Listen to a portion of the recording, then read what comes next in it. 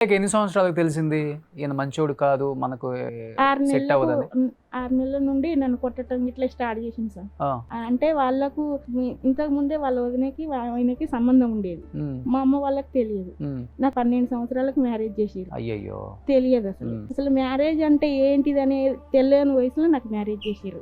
12 సంవత్సరాలు. 12 సంవత్సరాలు.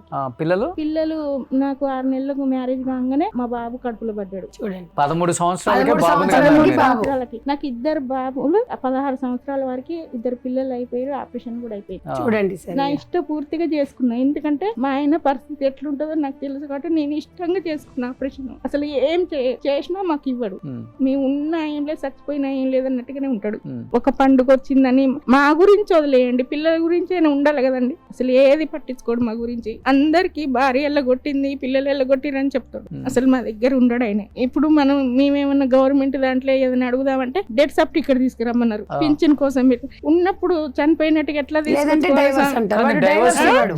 ఇట్లా చాలా సార్లు చనిపోవాలనిపించింది సార్ నాకు. చాలా సార్లు చనిపోదాం అనుకున్నా. పిల్లలు ఉన్నారని బతకటం. కానీ ఇప్పుడు బయటకు పోయి అడిగితే పని చేసుకుందామంటే జీతం సరిపోవట్లేదు.